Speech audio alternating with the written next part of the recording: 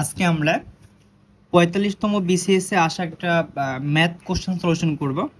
একদমই সহজ। দেখুন, এখানে একটি বৃত্তচাপ কেন্দ্রে 60 ডিগ্রি কোণ উৎপন্ন করে। বৃত্তের ব্যাস ব্যাস দেয়া আছে 12 সেন্টিমিটার হলে বৃত্তের চাপের দৈর্ঘ্য কত? একদম সহজ। হ্যাঁ, এটা ৪৫তম বিসিএস এ এসেছিল। তো দেখুন, আমরা একদম শর্টকাটে সলিউশন করব। এখানে থিটা মানে কোণ দেয়া আছে কত? কোণ দেয়া আছে 60 ডিগ্রি, তাই না? এবং বৃত্তের ব্যাস দেওয়া আছে, কিন্তু ব্যাসার্ধ না, ব্যাস। হ্যাঁ, ব্যাস যদি হয় 12 সেন্টিমিটার তাহলে ব্যাসার্ধ কত হবে? ব্যাসার্ধ হচ্ছে আর, ব্যাসার্ধ আর হবে তাইলে 12 অর্ধেক হচ্ছে 6 সেন্টিমিটার, তাই না? এবং বৃত্তচাপের দৈর্ঘ্য বের করার সূত্র হচ্ছে বৃত্তচাপের দৈর্ঘ্য এস ইকুয়াল হচ্ছে আর থিটা, আর থিটা।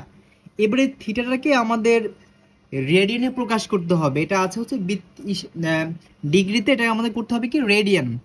এখন 60 ডিগ্রি কোণের রেডিয়ান কোণ হচ্ছে π/3। 60 রেডিয়ান কত? রেডিয়ান কোণ হচ্ছে π/3। এবার আমরা এখানে মান বসাই দিব। আর এর মান হচ্ছে 6 আর থিটার মান π/3। তাহলে 3 2 গুণে 6, তাই না?